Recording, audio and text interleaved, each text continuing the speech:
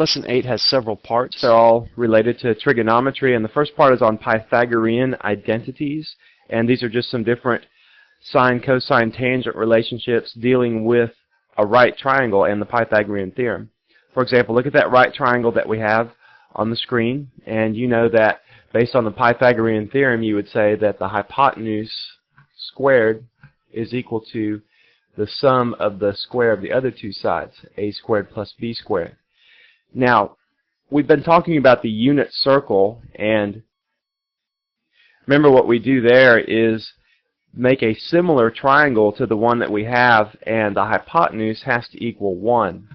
And so if we want to do that for this particular triangle, a similar one with a hypotenuse of 1 would have a side of b over c, and then a side here of a over c. See, what I've done is basically just divide every side by the length c, or the hypotenuse c. And so you get one side that is the ratio of the opposite to the hypotenuse relative to this angle theta, and then a side that's the ratio of the adjacent to the hypotenuse. So couldn't we just redraw that triangle like this? Sorry, it's not exactly going to look the same, but this side would be 1, this side would be the value of sine theta, this side would be the value for cosine theta. And that's what we do when we make a unit circle, right? We do that because we have a hypotenuse of 1, and then that means the sides are actually the value of the sine and cosine function. So if we think about this in terms of the Pythagorean theorem, we know that 1 squared, or just 1, is equal to sine squared theta plus cosine theta squared. But I'm just putting cosine theta squared just to remind you, you don't write them like that. You say cosine squared theta. Remember, that cosine and sine, it's just notation to say you're doing something relative to that angle theta. Sine squared theta is the same thing as saying sine theta times sine theta, which is the same thing as saying sine theta squared. Hopefully you remember that. I just wanted to make that clear. So we've shown here that 1 equals sine squared theta plus cosine squared theta. And if you wanted to, you could prove it to yourself, like just use 30 degrees for an angle and turn on your calculator and just do sine of 30, figure out what that is, it's 0.5, and then do cosine of 30, and that's about 0.866. Square those values, you do 0.5 squared plus 0.866 squared, and you should get about 1. It won't be exactly equal to 1 because you rounded some if you did 0.5 squared and 0.866 squared together. But you should be able to get a value approximately equal to 1 on your calculator. If you can't, then either your calculator's in radian mode instead of degree mode, or you just typed it in wrong. Now there's also a couple of other Pythagorean relationships here dealing with the trig functions, and here's another one. Tangent squared theta is equal to secant squared theta minus 1, or I'll just do it the way they have it in the book. They have it tangent squared theta plus 1 is equal to secant squared theta. And then another one is cotangent squared theta plus 1 is equal to cosecant squared theta.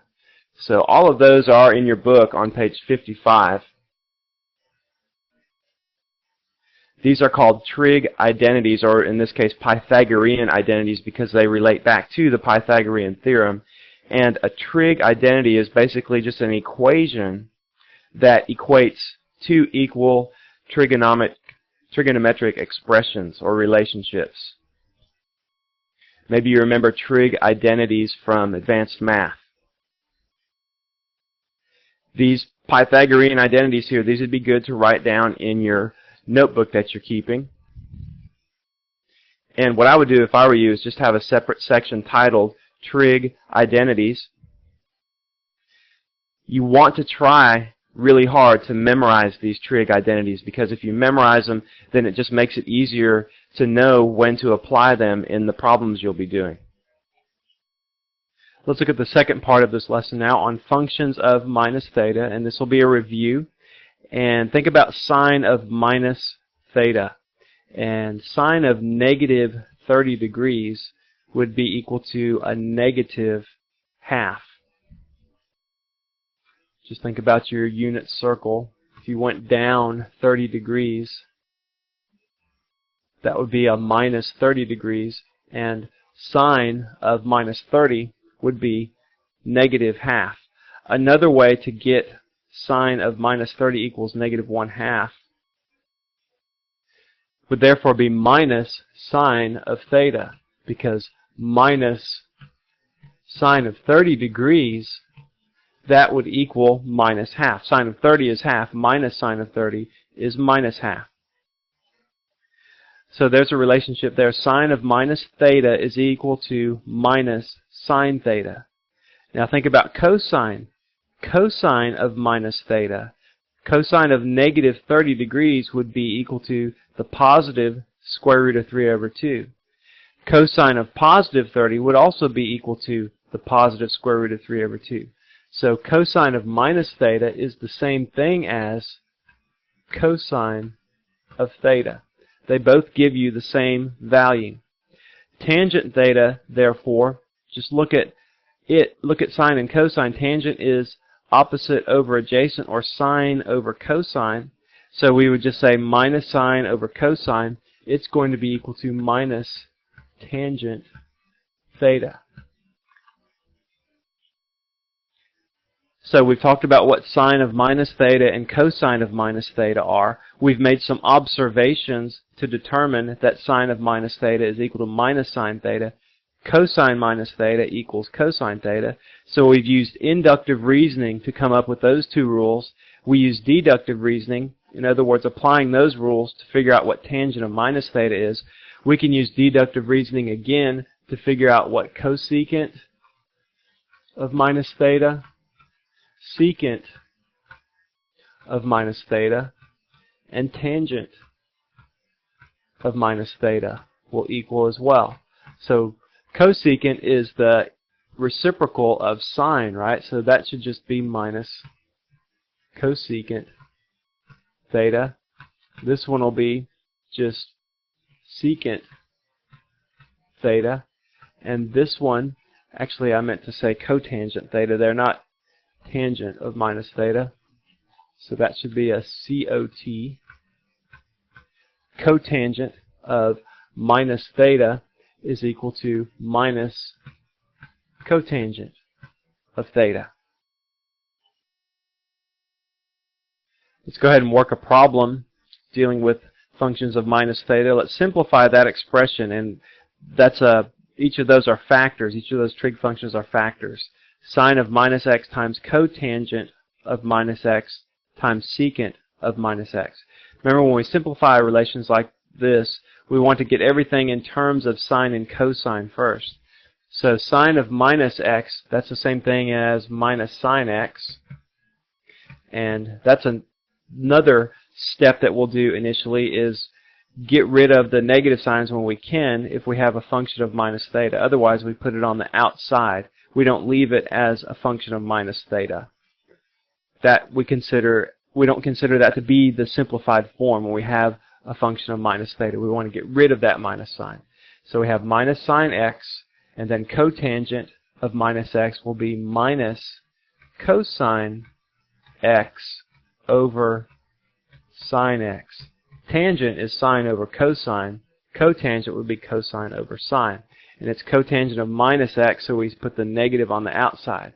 And then secant, that's 1 over cosine. So 1 over cosine of minus x is just going to be 1 over cosine x. Now we can go ahead and simplify here. We have a cosine x and a cosine x, a sine x and a sine x there. So we just do minus times minus is a positive 1, and this answer just simplifies to a 1. So that's the simplification of that trig relationship there. I would put these different functions of minus theta in your formula book that you're keeping, your spiral notebook. If you want to memorize any of them, memorize sine of minus theta and cosine of minus theta. If you know those, you can deduce tangent, cosecant, secant, and cotangent based on those two. Let's talk about part C of this lesson now on trig identities. And we just said that an equation that equates two equal trig expressions, that's what a trig identity is. And if you remember doing these, you'd have a problem that would say, show that this left side of this trig equation is the same as the right side. And you were given some different rules that you would apply to prove that the left side was the same as the right side. Now there's three basic rules. You don't have to do them in order. You don't have to use all of them. You may need all of them, but maybe not. I have those rules listed there. Those would be good to put down in your notebook that you're keeping. Mine are just a little bit different than the rules on page 49 in your book.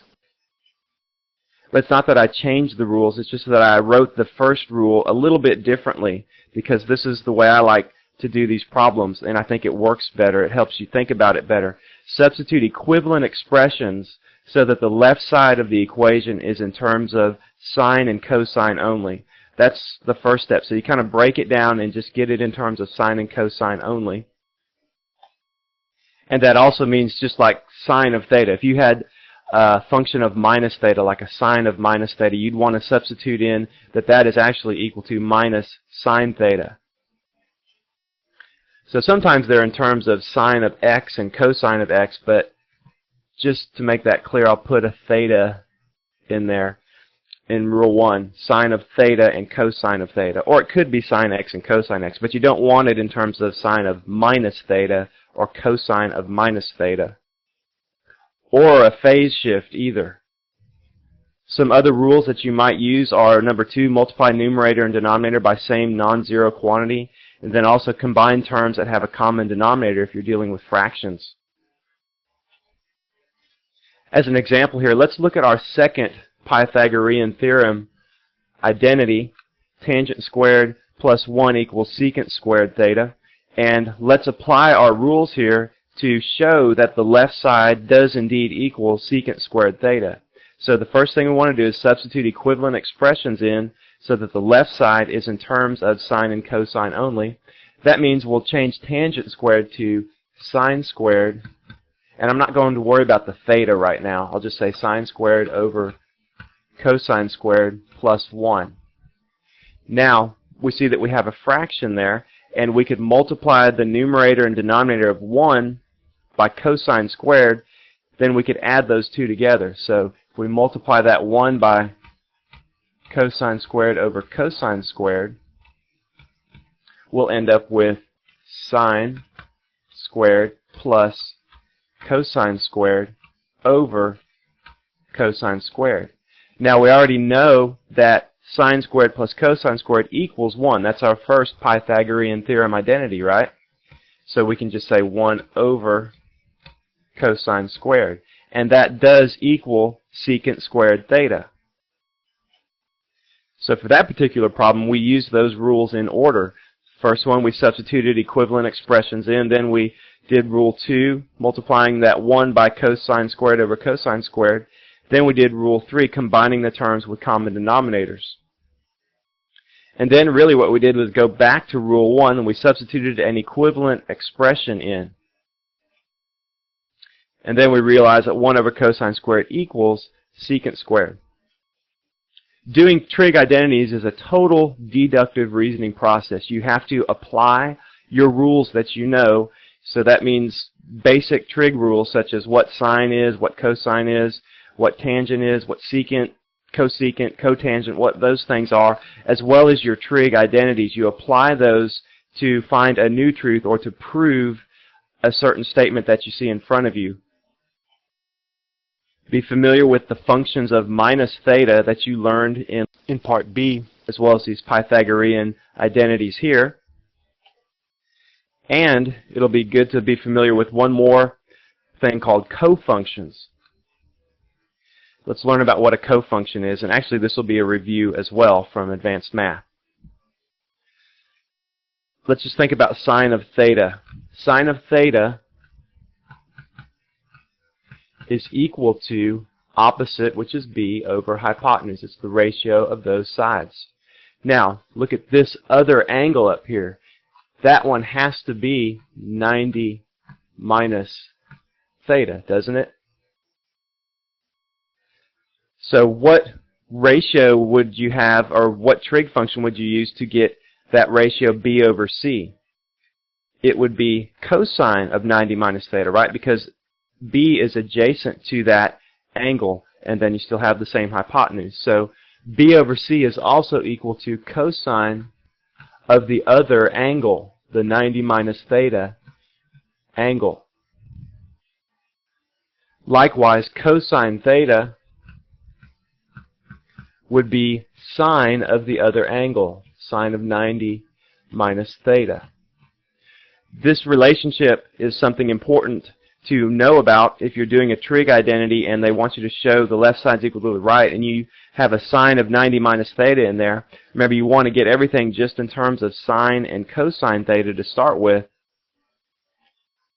So if you had a sine of 90 minus theta as part of your identity, you would want to change that to cosine theta. And likewise, tangent of theta is equal to cotangent of 90 minus theta.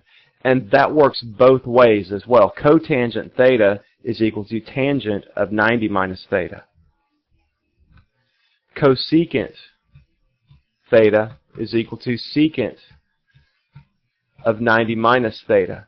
And that works the other way as well. Secant theta equals cosecant 90 minus theta. These are called cofunctions. Put these cofunctions in your formula book that you're keeping. The better you memorize these, the better you memorize your Pythagorean identities, and the better you memorize your functions of minus theta, the easier it will be to do the trig identity problems that you'll be doing. Let's go ahead and apply what we've learned in this lesson to some new situations, and that's what wisdom is applying things that you've learned to new situations. So look at problem A here. Let's evaluate that. Find a numerical value for that expression. And before you freak out about that and say, oh, I haven't done anything really with pi over 12 yet. I know pi over 6 is 30 degrees, but pi over 12, that'd be like 15 degrees. I don't know what the cosine of 15 degrees is. Look at it. It's a Pythagorean identity, right? Cosine squared theta plus sine squared theta equals 1. So that's our answer. It's just 1. That's why it's good to be familiar with these Pythagorean identities. It makes a problem that looks like it might be really hard into something that's very, very easy to answer. For problems B, C, and D, I want you to use the relationship sine theta equals minus 3/5 and compute the values of each of those different expressions there. Sine of minus theta, sine of pi over 2 minus theta, cosecant pi over 2 minus theta. Well, let's just think about sine of minus theta, what that would be. Hopefully you have that function of negative theta memorized, and you know that that's the same thing as saying minus sine theta. So you would just say that the answer is minus times a negative 3/5 or a positive 3/5. You just substitute minus 3/5 in for the sine theta part, for this part right here. That's minus 3/5 goes in there, and you get minus times minus is positive 3/5. On C, think about functions of the other angle, cofunctions. Sine of pi over 2, which is 90 degrees, right? Sine of 90 minus theta is the same thing as cosine of theta. Now, think about this. We know sine theta is negative 3/5. Let's just go ahead and make a Cartesian coordinate system here and think about where we are. We'd go to the left 3, and then we have a hypotenuse of 5, so we know that side's 3. We don't know, we know the opposite side's 3 and the hypotenuse is 5. We don't know what that adjacent side is going to be.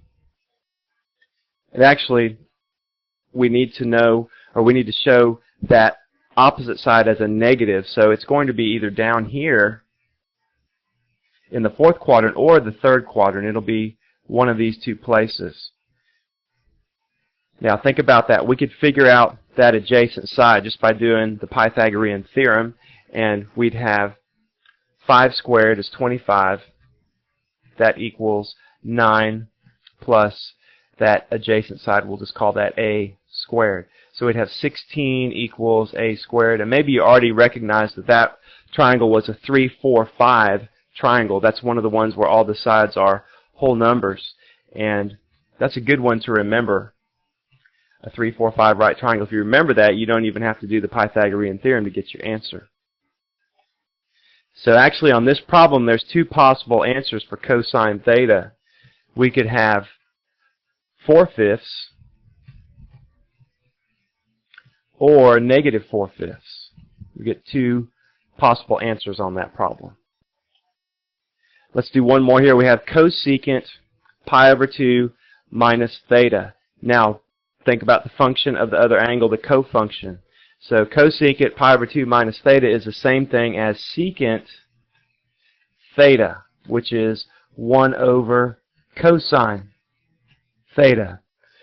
Well, we know that cosine is 4/5 or negative 4/5, so secant theta will be 5/4 or negative 5/4. Be one of those two. Let's go ahead and do a trig identity problem. I want you to show me that the left side of that equation is the same thing as the right side. And one thing to remember on these trig identity problems is we already know the answer. So we already know that the right side or the left side is going to equal cosine squared theta. We just need to rework that left side to get it to be equal to cosine squared theta.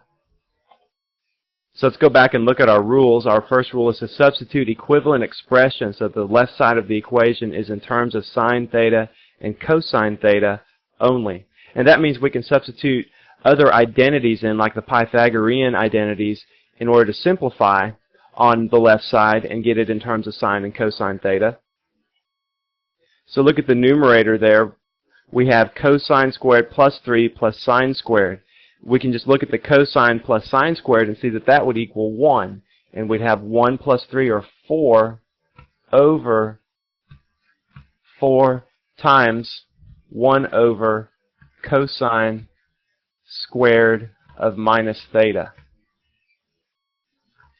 And the 4's will cancel, and we'll be left with 1 over. Now let's simplify that cosine of negative theta. Cosine of negative theta is the same thing as cosine theta. So cosine squared would just be cosine squared theta. So that would be 1 over cosine squared theta. And so that's a complex fraction there. We multiply above and below by the reciprocal of that denominator, cosine squared over 1. Cosine squared over 1. So all of that cancels. We end up with cosine squared over 1, or just cosine squared theta. So we have shown that the left side does indeed equal the right side. Let's do one more. Show that the left side of that expression equals 1. So again, it's a trig identity. We know what the answer is going to be. We just need to work that left side to get it to be the same as the right side.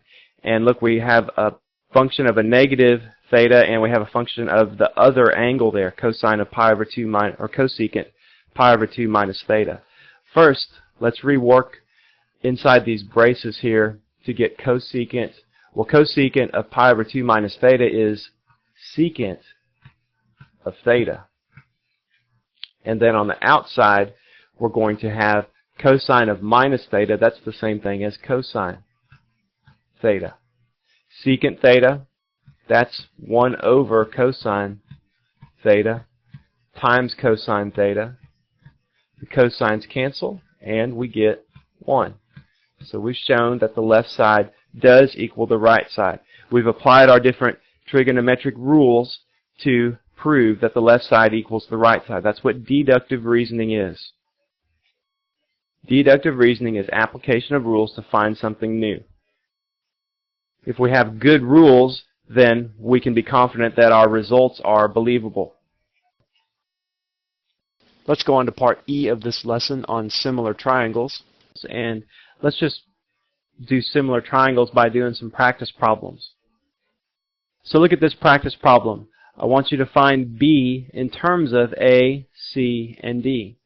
So you see a triangle there and some segments of the sides, a line M cutting through it. Anytime you have an arrow before the end of a line, that's telling you that it's parallel to another one. And if we think about that, when we have parallel lines and a line that cuts through them, we get some angles that are equal to each other. Those two angles are equal to each other. And these two angles right here are equal as well. So what we can do here is set up two triangles. Just break that up into two. And this one has side A and B. And then we'll have the big one that has side A plus C and B plus D. And they all have sides in proportion to each other. Because they have angles in common, these angles are in common, and then those other ones opposite the given sides, those are in common as well, these ones with the red marks on them. Let's set up some proportions here, and let's solve this for B, because it says find B in terms of A, C, and D. So we could say that the sides opposite the green tick marks, which would be B over B plus D, that's going to be proportional to A over A plus C. Notice we did the ratio of the small triangle to the big triangle's sides. You can't switch that around when you set up the other proportion. You always, if you start doing it, the small one to the big one, then do the second proportion the same. Ratio of the small side to the big one. Let's cross multiply here. So put this in parentheses. Put both of those sums in parentheses, and we have B times A plus C is equal to A times B plus D. And we'd have BA plus BC is equal to AB plus AD.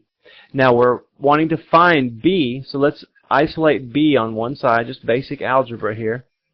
BA minus AB plus BC equals AD. Now BA minus AB, that's the same thing as saying AB minus AB. That cancels. And we end up with BC equals AD, or B is equal to AD over C. And so there's our relationship of B in terms of A, C, and D. If you've been doing Saxon since Algebra 2 at least, you've done hundreds of similar triangle problems. So just the idea here on the proportional sides, that should be nothing new to you. Everything that we're covering right now, you'll be using that later as you study the calculus. So just refresh your memory, get good at doing these different concepts again, and then you'll be applying that. That's what deductive reasoning is, right? You have something that you know, a truth that you know about, and you apply that in a new situation to learn something new, to discover a new truth. That's what we'll be doing when we start doing actual calculus. Let's look at another similar triangle problem that you might encounter. And this one, basically what we need to do is, we're going to solve for x, y, and z, of course, and we'll need to break this up into some other triangles. We can kind of see three triangles there. We have 1, like this. It has a side of y, a side of x, a side of 7, and then this right angle there. And then look at the x, z, and the 12. That's a similar triangle to this one. If we can just set it up on its side, z is the vertical side, and then this side will be x, and the hypotenuse will be 12. Now, also look right here. Let me just draw a little mark here to show you. See the 90-degree angle there? The big triangle with a side of 7, a 12, and then a y plus z for a hypotenuse, that is also a similar triangle to the other two. And let's just think about this. Just draw it like this. The height is 12, basically. This side is 7, and this side is y plus z. Now, that third triangle that we just drew, think about that. We know two sides. We could figure out that y plus z side by the Pythagorean theorem. And that would just be the square root of 144 plus 49, which would be the square root of 193. So we know this side right here is actually equal to the square root of 193. So that first triangle that we drew, if this side, or this angle right here is theta, that means that this one right here is going to have to be 90 minus theta, right, since it's a right triangle. And so that would mean that this angle right here must be theta. And then we could say that one is 90 minus theta. So that's how we can tell that these triangles are all similar to each other. Now let's go ahead and set up some proportions and solve for x, y, and z.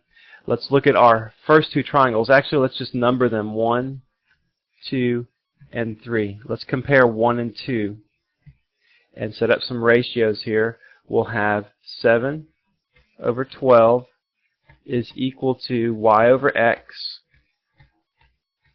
and that is equal to x over z. And then let's compare 1 and 3. If we compare 1 and 3, we'll have 7 over the square root of 193. That's proportional to y over 7, which is proportional to x over 12. So we've compared 1 and 2 and 1 and 3. Now let's also compare 2 and 3. And we'll have 12 over the square root of 193. And then we'll have x and 7. And we'll also have z and 12, z over 12. Comparing 2 and 3, we could solve for x and we could solve for z. And we'll just have x is equal to 84, 12 times 7 is 84, over the square root of 193. Now we don't want to leave it like that. We'll just say that x is equal to 84 times the square root of 193 over 193. Remember, we have to rationalize the denominator. Multiply above and below by the square root of 193.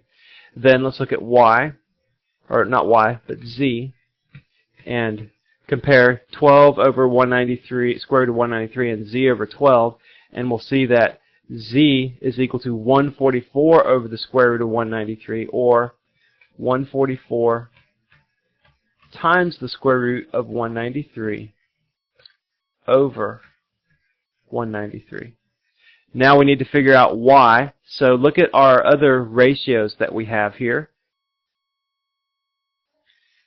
Here we could figure out y.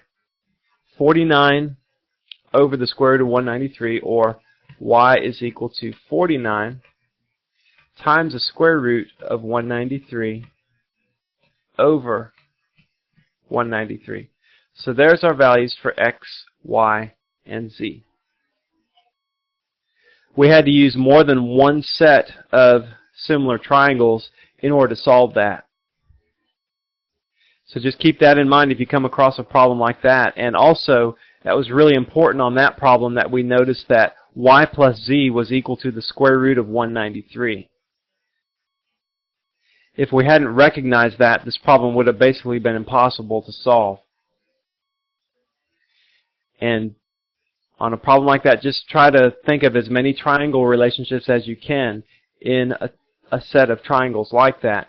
Comparing 1 and 2 really didn't do any good for us, so we had to go further than that. We compared 1 and 3 and 2 and 3, and that's where we were able to solve for x, y, z. Okay, well that's all for Lesson 8.